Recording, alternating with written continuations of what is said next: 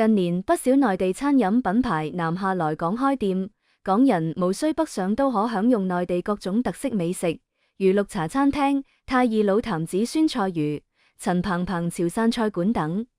近日有食客於網上社交平台分享，發現一間本地餐廳的餐牌用字甚具內地風格，部分甚至夾雜從簡體轉繁體的錯字，當中的蓋碼飯更是令他摸不着頭腦。即使問了其他港人，亦表示不懂，甚至未聽過。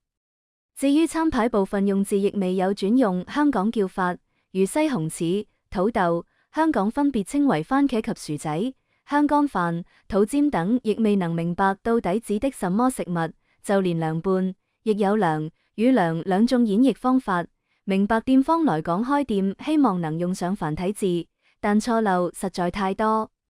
對於餐牌富有內地風格，有網民解釋蓋碼飯為長沙方言，原來是碟頭飯，推斷老闆或是湖南人；而香乾飯的香乾是一種豆製食品，土尖即是豬胃一邊的頭位。